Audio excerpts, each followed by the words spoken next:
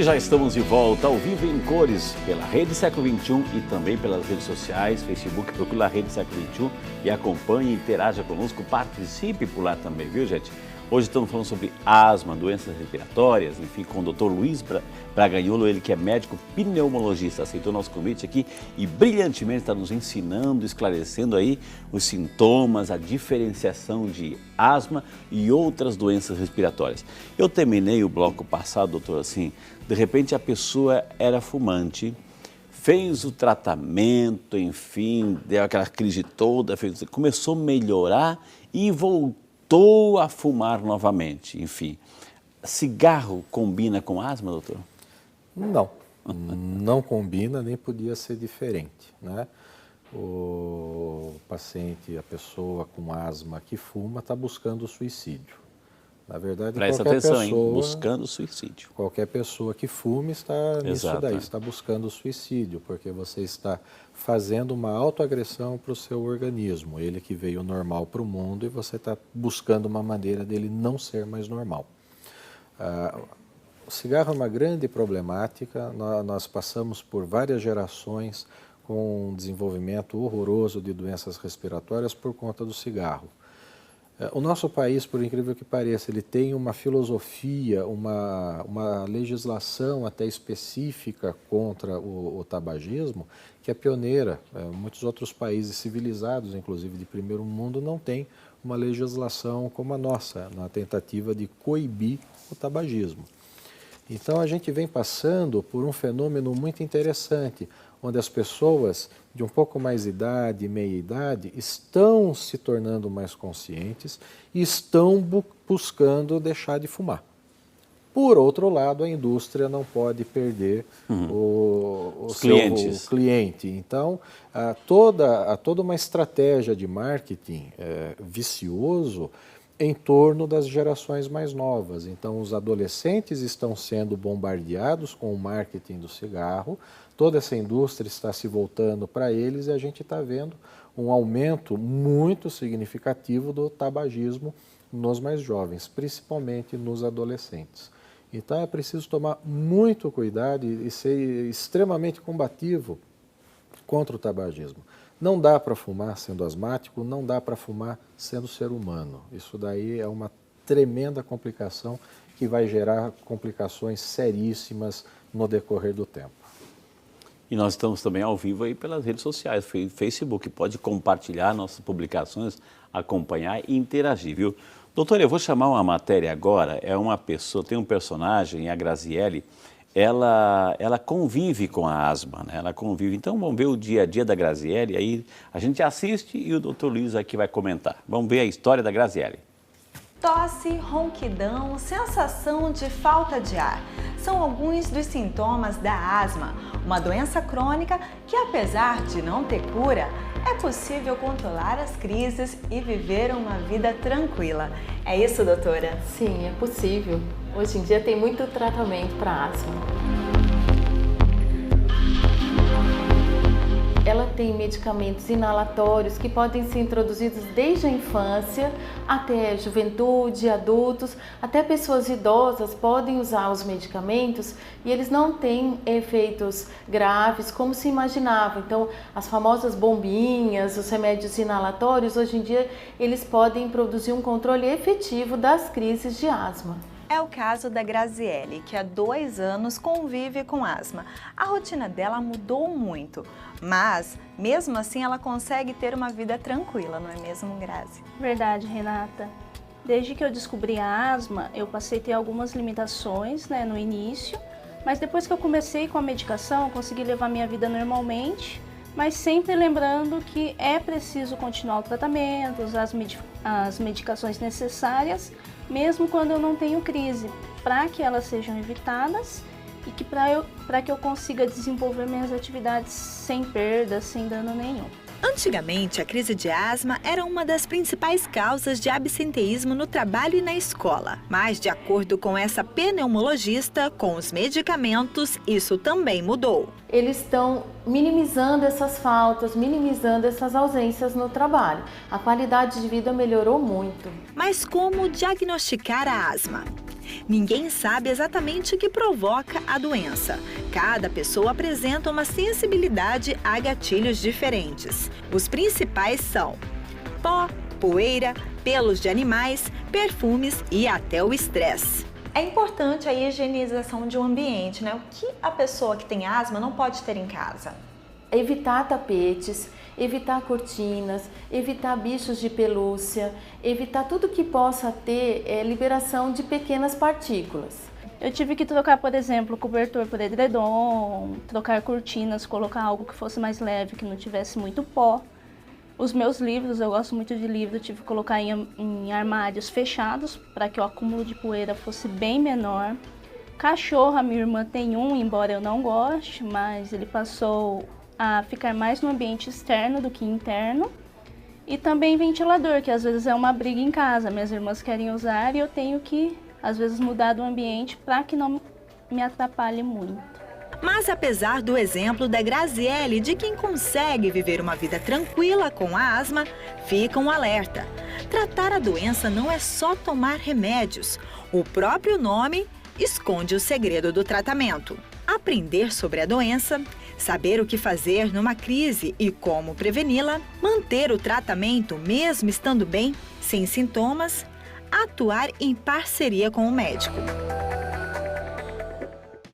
Gostei da matéria, muito esclarecedora, viu? Doutor, o senhor gostou da matéria, doutor? Gostei. Agora, a gente viu aí que a Graziela falou uma coisa interessante. Primeiro, um beijo aí para a Renata, para a Graziela, Deus abençoe você. Obrigado pela participação no programa. A doutora Débora também, né? Sim, doutora Débora, exato, um beijo para a senhora. Muito obrigado, doutora Débora. A Graziela falou assim, doutor, assim, que mesmo quando eu não tenho a crise, eu tenho que continuar o tratamento. Sim. Ou seja, isso é por ser uma doença crônica, doutor. Exatamente. E é isso que a gente tem que insistentemente repetir para o paciente. Se alguém sofre de pressão alta e começa a tomar remédio para controlar a pressão vai ficar ótima. E essa pessoa diminuiu o seu risco de morrer de infarto, de morrer de derrame, de ter uma arritmia e de perder o funcionamento dos rins. O que vai acontecer se ela parar de tomar o remédio que controlava a pressão? A pressão vai voltar a aumentar e ela vai de novo entrar naqueles mesmos fatores de risco que vinham sendo evitados. A asma é igual. A asma precisa desse tratamento prolongado. Então, você começa o tratamento, você para de sentir todo esse desconforto na sua respiração. Você volta a ter vida normal. Mas a maioria dos pacientes acha que controle de asma é simplesmente não ter mais as crises. E não é isso. Ou só durante o episódio da crise, né? Exato. Você não tem nenhum ganho real na sua vida se você tratar só quando tem a crise. O fato de você ter a crise já mostra que você não está controlado. Então, a medicação para asma tem que ser usada diariamente, mesmo que a pessoa não sinta nada mais, acha que está tudo bem, está tudo normal, não importa. Deve-se continuar com o tratamento. E mais ainda, não basta só usar remédio. Né? Ninguém faz tratamento usando o remédio sempre do mesmo jeito. Você precisa ser reavaliado. Periodicamente, você tem que ver se o seu nível de controle de asma está adequado. Você tem que ver se você está preservando a função pulmonar. Você tem que ver se não existe nenhum risco de aumentar, de repente, aquela inflamação nos seus pulmões. Então, a gente reavalia o paciente periodicamente com exame de sangue, o exame do sopro, que é a espirometria, com questionários próprios. O paciente leva para casa umas perguntas, são 5 perguntas que a gente usa. Ele responde e traz para a gente no consultório. Aí eu vejo o que ele respondeu, ele vai ter uma pontuação e aquela pontuação me diz se ele está bem controlado ou não. Então, isso precisa ser sempre refeito. O tratamento da asma é uma arte de ser repetitivo, de ser reavaliador e de poder dizer para o paciente, olha, você está bem, a partir desse momento você vai poder usar menos medicação.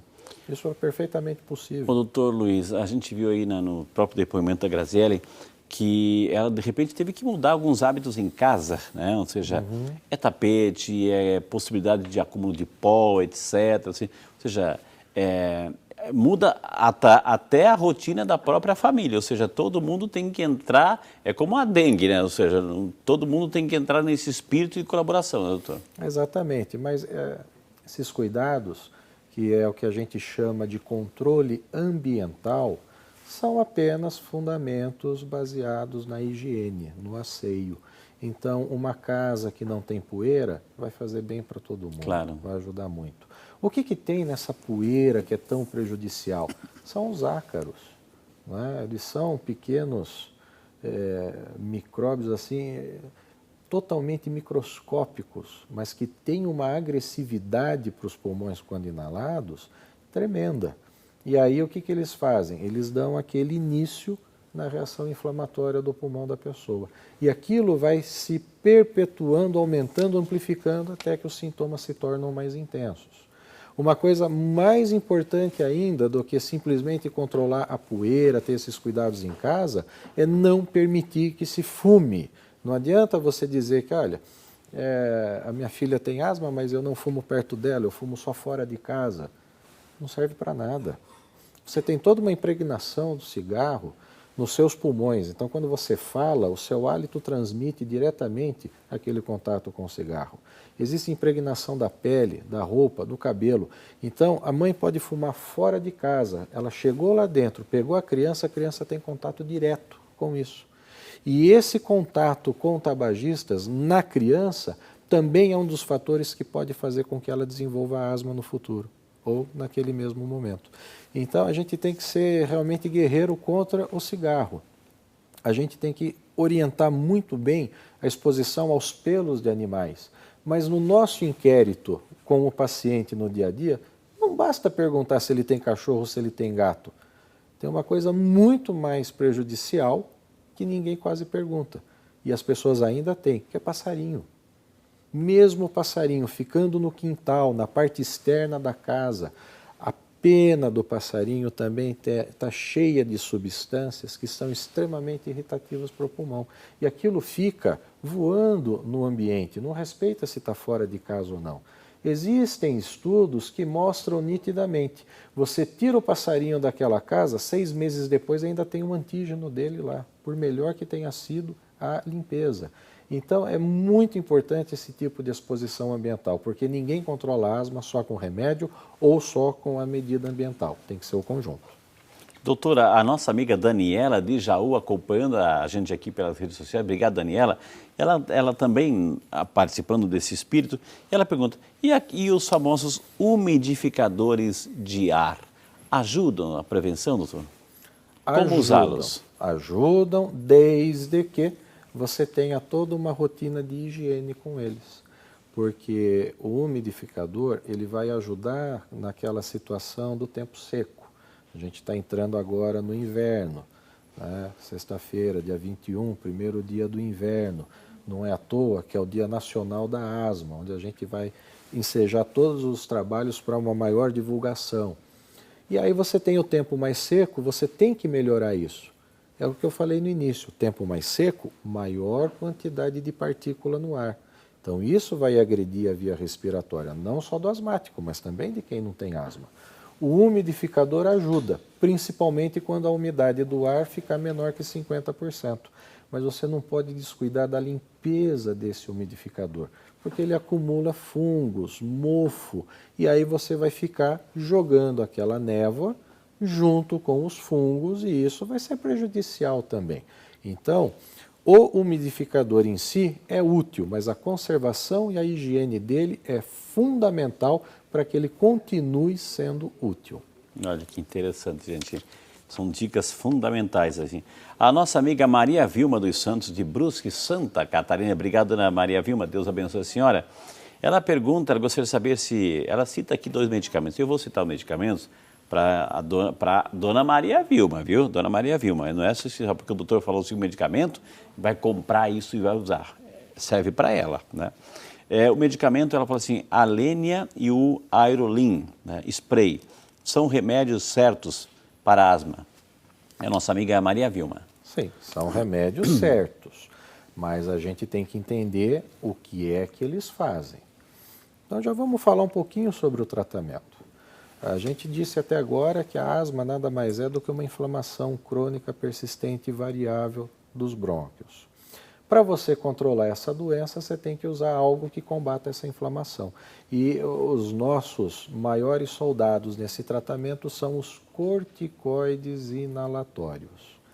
E eu falo muito bem o termo corticoide, porque causa arrepios nas pessoas, porque as pessoas tendem a considerar o corticoide como a cortisona que se usa em comprimido e injetável. Isso, ao longo do tempo, traz efeitos adversos que devem ser evitados. Mas no caso do corticoide inalatório, ele vai entrar direto para dentro do seu pulmão e lá vai ficar atuando somente ali, tendo um efeito excelente, uma grande eficácia e quase nada de absorção. Portanto, não existe efeito adverso ao uso do corticoide inalado no conjunto sistêmico do organismo. Tá? No caso que ela citou, o Alenia, eu tenho uma combinação do corticoide inalatório com um broncodilatador. Olha que interessante, você está usando uma medicação que vai controlar a inflamação do pulmão e ao mesmo tempo vai fazer com que ele fique mais aberto. É exatamente o contrário que acontece na asma. Então, essas medicações, e temos inúmeras outras com essas propriedades, conseguiram transformar a vida dos asmáticos. O Aerolim também é muito difundido, mas ele pode se transformar num falso amigo quando as pessoas usam de forma inadequada por falta de orientação. Ele não é controlador da inflamação da asma, ele só vai te aliviar os sintomas de forma momentânea. Então, o que você deve fazer? Você deve ter a orientação de um pneumologista, você deve acompanhar, você deve ver e checar como está o seu tratamento, como está seu nível de controle e aguardar pela orientação mais adequada. Não busque se automedicar. Isso vai ser um fator complicante que pode até piorar a sua asma. Olha que fantástico, gente. Automedicação jamais. Então, o que dá certo para um tem que conhecer o metabolismo, como funciona, a gravidade, o estágio, enfim. Não se trata de comprar porque está na promoção e usar para prevenção. Não se trata disso. Orientação médica é fundamental, viu, gente? Vou chamar mais um intervalo, na sequência temos mais, assim, perguntas. Vamos fazer a pergunta da Wanda, né, que está perguntando a diferença de resfriado recorrente, secreção nos pulmões, tudo isso muito mais, no próximo bloco, aqui no Vida de Saúde, porque é seu e você merece o que tem de melhor. A gente volta já.